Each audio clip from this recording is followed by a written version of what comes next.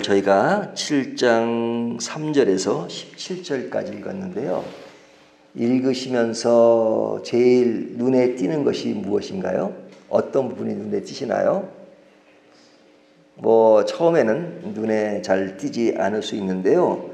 저는 읽으면서 어떤 것이 눈에 띄었냐면 사무엘이라는 말이 눈에 띄었습니다. 사무엘이. 근데 이 사무엘이라는 말이 계속 반복되는데요. 3절을 보면요. 그 시작이 어떻게 됩니까? 사무엘이 그러죠. 또 5절을 보면 사무엘이 그러죠. 또 6절 뒷부분에 가면 사무엘이 그러죠. 또 9절을 보면 사무엘이 그러죠. 또 10절을 보면 사무엘이 그러죠. 또 12절을 보면 그 뒤에 사무엘이 그러죠. 그리고 제일 마지막 15절에 보면 사무엘이 그러죠. 그러니까 사무엘이란 말이 계속 반복돼요. 그러니까 사무엘이 이름이 많이 나오니까 모든 내용의 중심이 사무엘이 중심이 된다는 이야기고, 또 사무엘이 그러니까 사무엘이 하는 행동, 사역, 그 모든 것이 계속 반복되는 것을 보여주고 있죠. 그러면 지금 읽은 이 구절에 따라서 사무엘이 하는 일이 무엇인가 하는 것을 조금 자세히 보면요. 첫 번째는 그 3절에 사무엘이 뭘 하느냐, 이스라엘 온 족속에게 말하여 그러죠. 자, 사무엘은 사사예요. 사람들에게 말하는 겁니다. 말할 때 그냥 쓸데없는 얘기를 하는 게 아니고 정말로 그런 하고자 하는 메시지를 전하는 거죠. 말하여. 그러면서 하는 말이 하나님께 돌아오려거든, 너희가 전심으로 여호와께 돌아오려거든. 자, 지금 사사시대에 이스라엘 백성이 처한 상은 굉장히 어두운 시대입니다. 그리고 탈선과 그리고 우상숭배가 지배하던 시대예요. 그럴 때 사무엘이 등장해서 사람들에게 말하기를 돌아오라 이거예요. 돌아오라. 하나님께 바로 서라는 겁니다. 바로 서기 위해서는 어떻게 해야 되는가 하는데 그 3절에 보면 우상을 제거하고 하나님만 섬기라. 우상을 제거하고 하나님만 섬기라. 하나님만 섬기란 말은 그 앞에 우상이 제거되어야 되죠. 이 얘기는 뭐냐면 이스라엘 백성들이 하나님도 섬기고 우상도 섬기고 그죠? 이스라엘 백성이 단 한 번도 하나님을 외면한 적은 없어요. 하나님을 안 섬긴 적은 없어요. 근데 하나님이 이스라엘 백성의 탈선이라는 것을 뭐로 보냐면 하나님도 섬기고 우상도 섬기는 겁니다. 특별히 이 사사시대는 여호수아 이후에 이스라엘 백성들이 가나안 땅에 들어가서 그 가나안 땅에 지배했던 그 문화 속에 같이 접한 거잖아요. 그러니까 그 사람들이 섬기던 다곤, 바알, 이런 신들을 섬겼단 말이죠. 그러니까 이스라엘 백성들이 같이 섬긴 거예요. 하나님도 섬기고 이방 신인 그 신도 섬기고. 그러니까 하나님은 그런 것은 신앙이 아니다. 하나님만 섬기라 이거죠. 이 이야기는 그 사람들 이야기고 우리들의 얘기는 아닌 것처럼 보일지 모르지만 우리도 하나님도 섬기고 세상도 섬기고 돈도 섬기고 하나님도 섬기고 내 명예도 섬기고 하나님도 섬기고. 근데 하나님을 섬기는 그 부분이 있으니까 하나님을 잘 섬기는 것 같죠. 근데 하나님은 끊임없이 우리에게 말씀하시기를 하나님만 섬기라 이렇게 말씀하세요. 이 이야기입니다. 근데 이스라엘 백성이 그러지 못했다는 거예요. 그래서 6절에 보면 5절에 보면 온 백성을 미스바로 모이게 합니다. 자, 이 미스바라는 지역으로 사람들을 모이게 해요. 그리고 뭘 하냐? 기도와 금식을 선포합니다. 기도와 금식을. 근데 여기 물을 붓고, 그 당시에 이스라엘은 물이 귀했잖아요. 그러니까 물을 붓는다는 것은 그냥 모든 것을 그냥 다 쏟는 거예요. 여기 금식이란 말도 우리는 한 끼, 두 끼 안 먹는 걸 금식이라고 하지만 그 당시 사람들의 금식이라고 하는 것은요, 하루 종일 비우는 거예요. 하루 종일 비운다는 게 뭐냐면 우리는 음식을 만드는 시간이 뭐 30분, 20분이면 만들잖아요. 라면 같은 건 5분이면 끓여요. 하지만 그 당시 사람들은 음식을 만드는데 하루 종일 걸려요. 동물을 깎고 털 잡고 뭐 하고. 예? 그러니까 금식을 한다는 것은 하루 모든 것을 다 접는다는 거예요. 그러니까 오직 하나님만 섬기기 위해서 제일 먼저 우상을 제거하고, 그러기 위해서는 뭐가 필요해요? 회개가 필요하죠. 그러기 위해서 모여서 사무엘이 기도하고 그리고 금식을 선포하고, 그리고 6절 하반절에 보면 사무엘이 이스라엘을 다스린지라. 그러니까 이스라엘을 다스리는 그 역할을 사무엘이 맡고 있는 거죠. 그리고 9절을 보면 기도하고 번제를 드립니다. 자, 이 번제를 드릴 때 그런 미스바의 사람들이 모이고 그랬다는 소식을 듣고 블레셋이 쳐들어옵니다. 쳐들어오니까 그 쳐들어온 그때 이스라엘 백성들이 그 블레셋 군대를 막죠. 근데 막기 쉽게 된 것은 하나님이 번제를 드릴 때 쳐들어온 것을 보고 우레를 내려서 그들을 다 그냥 도망하게 만듭니다. 도망하는 그들에게 그 이스라엘 백성들이 치지요. 자, 그리고 나서 12절에 오면 여호와의 도우심을 기념해서 에벤 에셀이라는 이름을 짓습니다. 그 에벤 에셀이라는 말은 하나님이 도우셨다 하는 말이죠. 그리고 빼앗긴 지역을 찾았다. 그리고 사는 날 동안 이스라엘을 잘 다스렸다. 누가? 사무엘이. 말씀을 통해서 잘 다스렸다. 이것이 오늘 본문 전체의 내용입니다. 지금까지 한 이야기는 요약이에요. 요약. 자, 그러면 이 요약된 말씀에서 강조하고 있는 것이 뭡니까? 한마디로 이야기하면 그 당시 이스라엘 백성들이나 오늘날 우리들이 하나님 앞에 바로 서자는 겁니다. 바로 서자는 겁니다.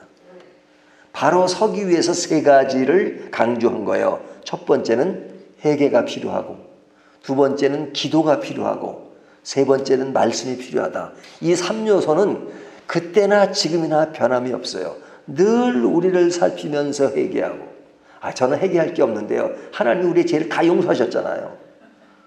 용서하셨죠. 하지만 우리는 옛사람의 뿌리가 있기 때문에 늘 그런 인간적인 것이 살아나요. 그래서 늘 하나님 앞에 회개하고 나는 죄인으로소이다. 하나님은 우리를 의롭게 하시는 의인이에요. 하지만 하나님 앞에 나 의인입니다 이렇게 말할 수 없죠. 늘 생활 가운데 보면 짓는 죄가 많잖아요. 그러니까 I'm sinner. 나는 죄입니다. 늘 고백하면서 하나님 앞에 회개하고 기도하고 말씀이 생활화돼야 돼요. 그것이 우리의 삶이며 우리의 신앙입니다.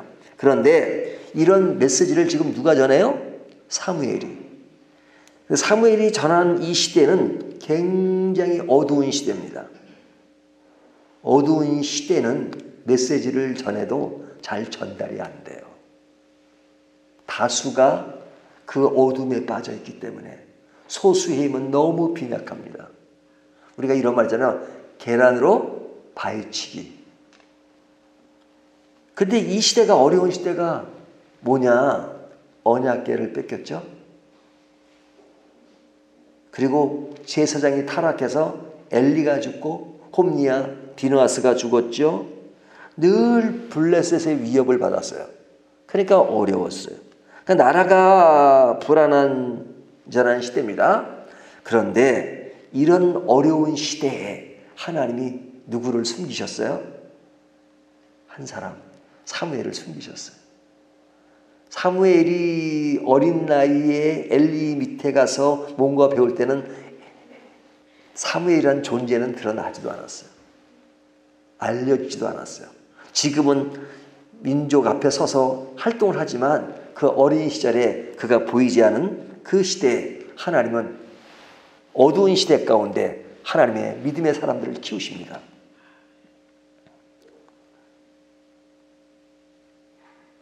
그런데 그렇게 키웠던 사람이 출현해서 커다란 변화를 일으키잖아요. 그러니까 어려운 시대에 한 사람의 믿음은 굉장히 귀합니다.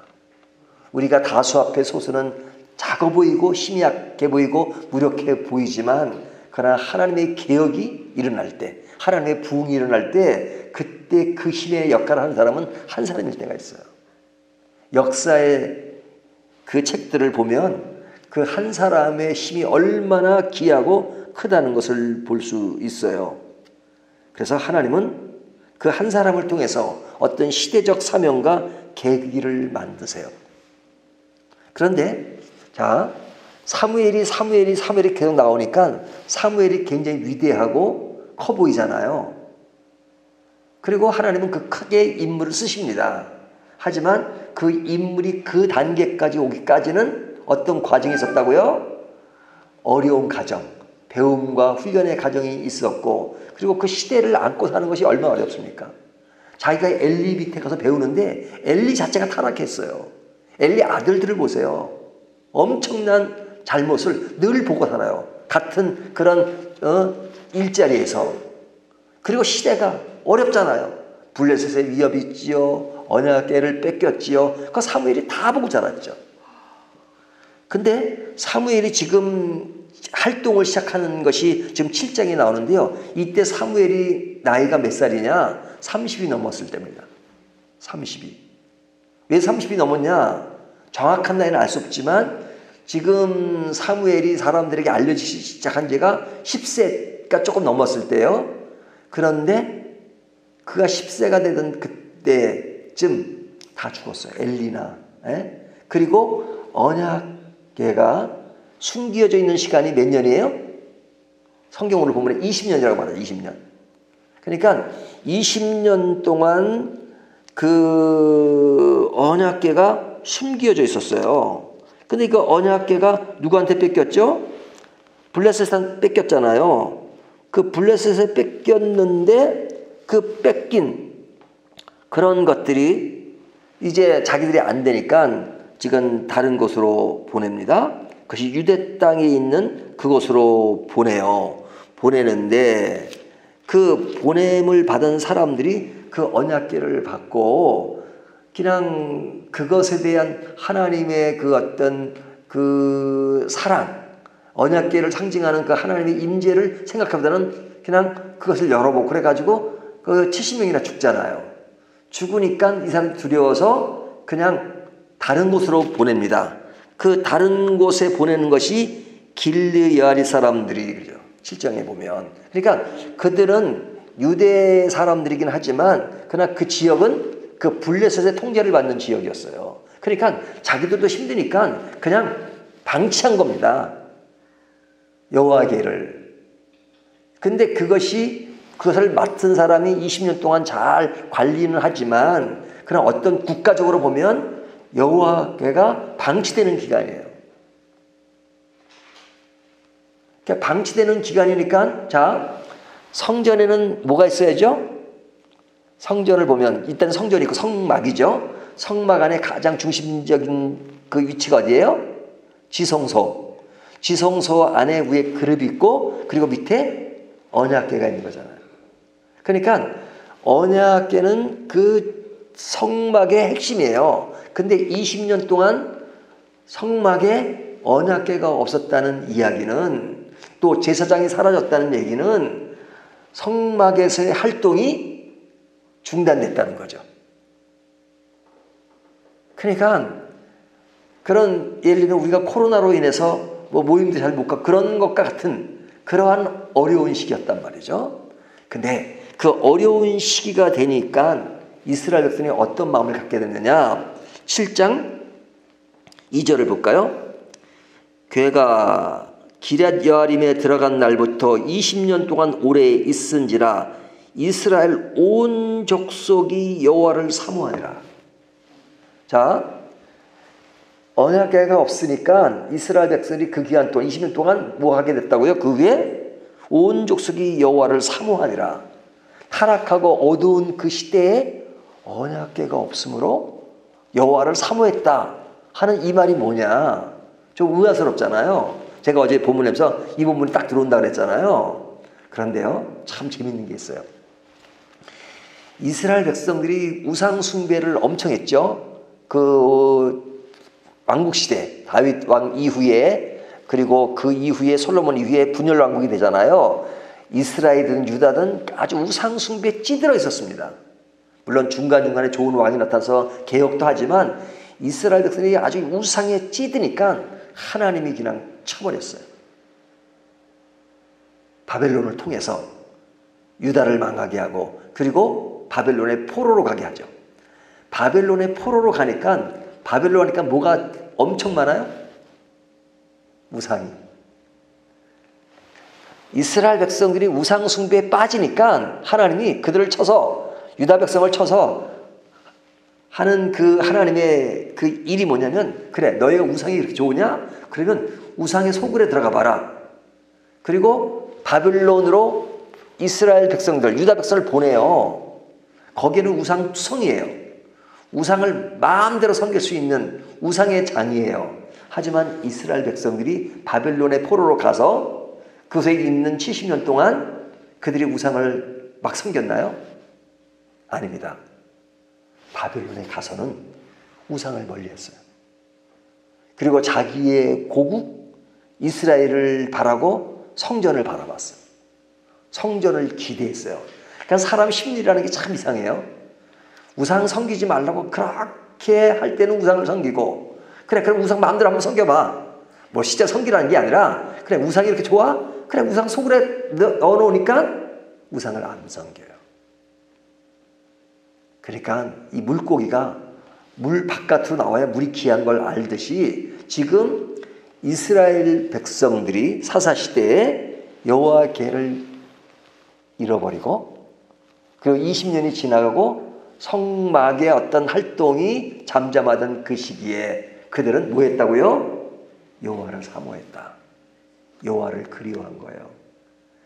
이때 하나님이 그리워하는 그 마음이 싹트기 시작할 때 하나님은 숨기고 있던 훈련시키고 있던 사무엘을 짠 하고 출현시키십니다. 그리고 외치게 만드시고 그리고 기도하게 만드시고 그리고 회개하게 만드시고 그래서 그 나라가 회복되는 것을 볼 수 있어요. 회복되기까지 사무엘은 외로운 시간을 보냈고 이스라엘도 외로운 시간을 보냈지만 하나님이 때가 되면 회복시키는 것 그것이 하나님의 일입니다. 그러니까 오늘 본문이 사무엘이 나오지만 그 사무엘이 나오도록 만드신 분은 누구세요? 하나님이시죠. 하나님은 우리가 어둡고 내 개인적으로 힘들고 어려운 시기를 할지라도 하나님은 그 어려움을 계속 두지 않으십니다. 우리 안에 회복의 그 씨앗을 뿌려주시고 키우십니다. 그리고 때가 되면 그리고 내가 아주 굉장히 궁핍하고 어렵고 이제는 절망적이라고 헤어나기 힘들 그때 하나님을 찾게 만드시고 그리고 새로운 믿음의 사람을 불러일으켜서 우리를 회복해 하시는 분입니다. 오늘 말씀이 7장에 들어와서 어두운 시대 사무엘의 출현으로 우리를 새롭게 하잖아요. 하지만 그 맥락에는 하나님이 일을 하셨고 하나님이 그때를 기다리고 그때가 오니까 그 일을 행하셨다 하는 것을 보여주고 있습니다. 오늘 이 말씀을 가지고 하나님의 그때를 지금도 기대하면서 오늘로 준비하는 저와 여러분이 되기를 진정 바라겠습니다.